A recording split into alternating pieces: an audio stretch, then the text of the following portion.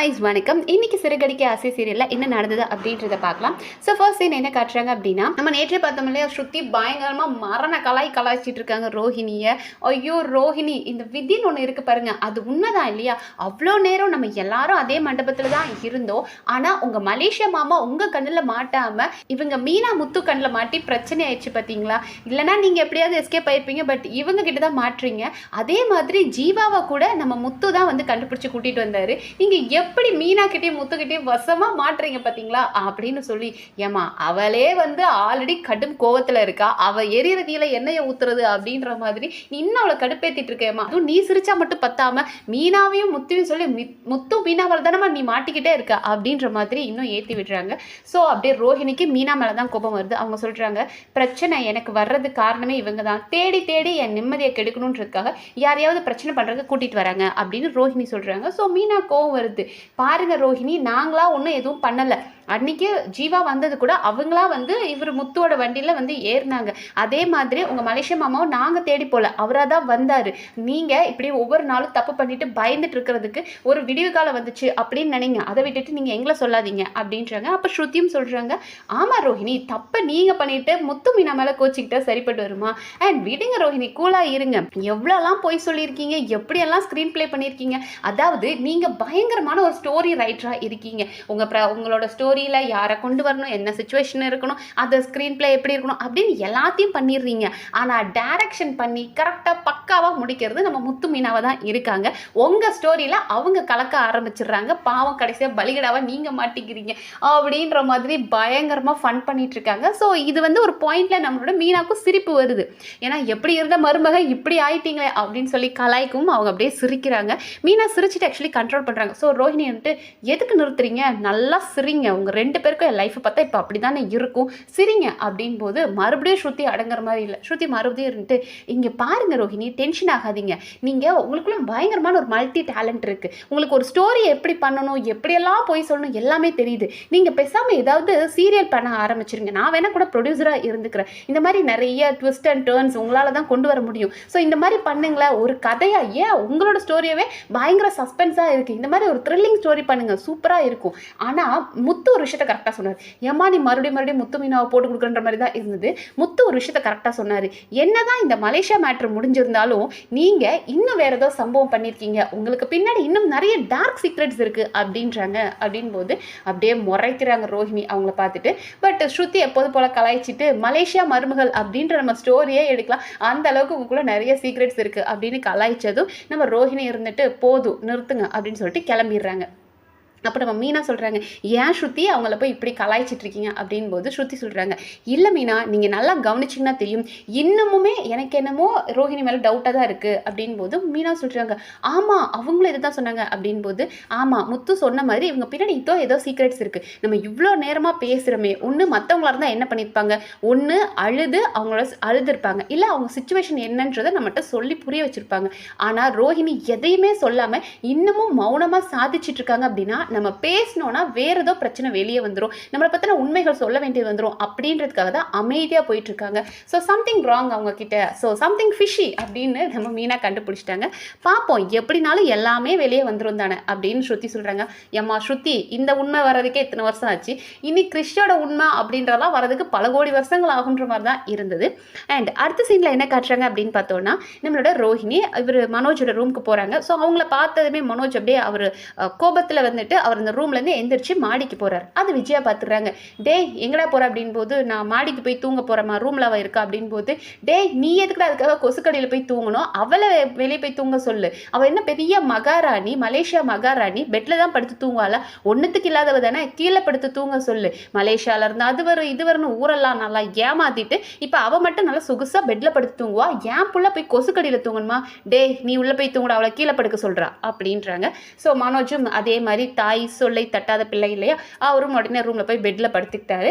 ரோஹிணி அழுதுகிட்டே கீழே உட்காந்துருக்காங்க. அண்ட் நம்மளோட முத்து எல்லாத்தையும் பார்த்துட்டு இருந்து ஓ பிரித்தாலும் சூழ்ச்சி நடக்குது அப்படின்னு சொல்லிட்டு அவர் கலாய்ச்சிட்டு அவர் இருந்தார். அதுக்கப்புறமா முத்து வந்து மீனாட்ட கேட்குறாரு, மீனா வீட்டில் நடக்கிறதெல்லாம் கவனிச்சு அப்படின் போது, ஆமாங்க ரோஹிணியை பார்த்தா ரொம்ப பாவமாக இருக்குது. ரோஹிணி இன்னைக்கு அவங்களுக்கு அவங்களே சமைச்சுக்கிட்டாங்க. ஏன்னா அத்தை சொல்லிட்டாங்க அவங்களுக்கு யாரும் சமைச்சு கொடுக்கான்ட்டு அவங்களே சமைச்சுக்கிட்டாங்க. இங்கே ஷோரூமும் போகக்கூடாதுன்ட்டாங்க. ரொம்ப கஷ்டப்படுறாங்க அப்படின் போது, ஐயய்ய நீ என்னம்மா அந்த பார்லர் அம்மாக்காக இவ்வளோ வருத்தப்படுற?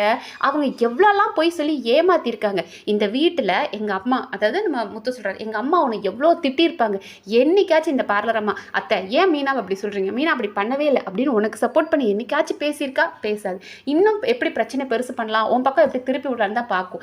அப்படிப்பட்டதுக்கு போய் நீ சப்போர்ட் பண்ணுற அப்படின் போது, இங்கே பாருங்க அவங்க எப்படி வேணாலும் இருக்கட்டும், ஆனால் ஏன் கேரக்டர் இதுதான், என்னால் வந்துட்டு ஒருத்தங்க கஷ்டப்படுறத பார்க்க முடியாது அப்படின் போது, ஏம்மா இந்த நல்லவங்களே நீங்கள் நல்லவங்களாம் இப்படி தான் இருப்பீங்க, ஆனால் இவங்க பின்னாடி இன்னும் நிறைய சம்பவம்லாம் இருக்குது, அதெல்லாம் தெரிய வரும்போது தான் இருக்குது அப்படின் போது, ஏங்க அன்னைக்கு தான் அவங்க எல்லாத்தையும் சொல்லிட்டாங்க இல்லையா, பாட்டி வந்து சத்தியம் வாங்கினதும் அவங்களும் கற்பூரம் அடித்து சத்தியம் பண்ணி மேலே நான் எதுவும் பண்ண மாட்டேன், பொய் சொல்ல மாட்டேன், இவர் மனோஜ்காக தான் நான் அப்படி பொய் சொன்னேன் அப்படின்னு சொல்லி முடிச்சுட்டாங்களே, அப்புறம் என்னங்கன்னு போது, இல்லை மீனா எனக்கு என்னமோ இன்னும் இந்த உங்கள் மேலே டவுட்டாக தான் இருக்குது அப்படின் போது, சரிங்க அவங்க என்னவா இருக்கட்டும் பாவமாக இருக்கல இப்போ பார்க்குறதுக்கு அப்படின்னு, ஐயய்ய நீ திருந்த மாட்டியே அப்படின் போது, நான் இப்படி தாங்க அப்படின்றாங்க. ஸோ முத்து எனக்கு இதுதாம்மா உன்ட்ட பிடிச்சிருக்கு அப்படின்னு பேசிகிட்டு இருக்கும்போது கரெக்டாக வித்யா நம்மளோட மீனாக்கு கால் பண்ணுறாங்க.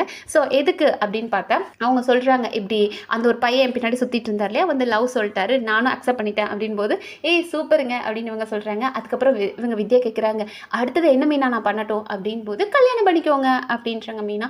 அதுக்குள்ளே கல்யாணமா, இன்னும் கொஞ்சம் நாள் பழகி நல்லா பார்த்துட்டு அப்புறம் பண்ணிக்கலாம் இல்லை மீனா, ஏன்னா இந்த பசங்கள்லாம் லவ் பண்ணுற முன்னாடி வரைக்கும் நமக்கு இது கிடைக்குமா கிடைக்காதுன்ற வரைக்கும் கரெக்டாக இருப்பானுங்க, அதுக்கப்புறம் நம்ம மேலே கேரே பண்ண மாட்டானுங்க, அவள் தான் நம்ம கூட தானே இருக்கான்னு நினச்சிருவாங்கன்னு போது மீனா சொல்கிறாங்க, இங்கே பாருங்க உங்களுக்கு அவரை பற்றி நல்லா தெரியும்ன்றீங்க, நல்லா பையன் நல்லா பார்த்துக்கிறாருன்றீங்க, அப்புறம் சும்மா சும்மா சந்தேகப்படக்கூடாதுங்க, ஒருத்தர் நம்மக்கிட்ட அன்பாக இருக்காங்கன்னா அந்த அன்பை நம்ம அப்படியே அக்செப்ட் பண்ணிக்கணும், அதை விட்டுட்டு அவங்க இப்படி மாறிடுவாங்களோ அப்படி மாறிடுவாங்களோ, ஏன்னா மனுஷன் திடீர்னு ஒவ்வொரு சுச்சுவேஷனில் ஒவ்வொரு மாதிரி அவள் ஹேண்டில் பண்ணுற மாதிரி இருக்கும், பட் நம்ம அவங்கள சந்தேகத்தோடய பார்த்துட்டு இருந்தால் சரியாக வராது, ஸோ முடிஞ்ச அளவுக்கு சீக்கிரம் கல்யாணம் பண்ணிக்கோங்க அப்படின்ற மாதிரி அட்வைஸ் கொடுக்குறாங்க.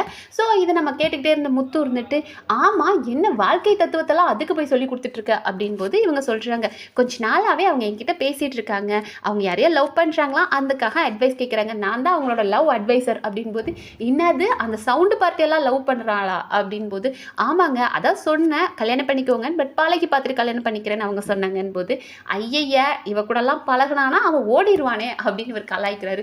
ஏங்க சும்மா இருங்க அவங்க நல்ல பொண்ணு அப்படின் போது, நீ யாரதாம்மா இது வரைக்கும் கெட்டவங்கன்னு சொல்லியிருக்க? முத்து சொன்னார், நீ எல்லாரையும் நல்ல பொண்ணுன்னு தானேம்மா சொல்லுவேன், இப்போது நான் மட்டும் அவன் முருகனுக்கு அட்வைஸ் கொடுத்தா நீ என்ன திட்டுற, நீ மட்டும் அவளுக்கு அட்வைஸ் கொடுக்குறியா அப்படின்னு முத்து கேட்கும்போது, ஆமாம் நான்லாம் கரெக்டாக தான் அட்வைஸ் கொடுப்பேன், உங்களை மாதிரி கல்யாணம் ஆன பொண்ணு பின்னாடி சுற்றுறக்க அட்வைஸ் கொடுக்க மாட்டேன், அதனால தான் அவங்க எல்லாத்தையும் என்கிட்ட கேட்டு பண்ணுறாங்க, அண்ட் அவங்க லவ்வும் சக்ஸஸ் ஆச்சு, நான் ஒன்றும் உங்களை மாதிரி முட்டாள் இல்லை அப்படின்னதும் நம்மளோட முத்துக்கும் வந்துருச்சு. ஸோ அந்த ஒரு கொஞ்சல்ஸ் இருக்கும்ல எப்போதும் அவங்களுக்குள்ள, உடனே அவர் கோச்சிக்கிட்டு உட்காந்ததும், ஏங்க சும்மா சொன்னேங்க ஏங்க கோச்சிக்கிறீங்க அப்படின்னு இவங்க அவரை பிடிச்சி கொஞ்சிறதும், அதுக்கப்புறம் அவர் பேசவே மாட்டாரா, ஸோ இவங்க அவரை கிச்சு பண்ணுவோம், அவங்க இவரை கிச்சு பண்ணுவோம், ரெண்டு பேரும் சிரிச்சுக்கிட்டு பாவங்க அவங்களுக்கு ஒரு ரூம் இருந்ததுன்னா நல்லா இருக்கும்ல, பாவம் ஹால்லே ரெண்டு பேரும் கொஞ்சிக்கிட்டு இருந்தாங்க.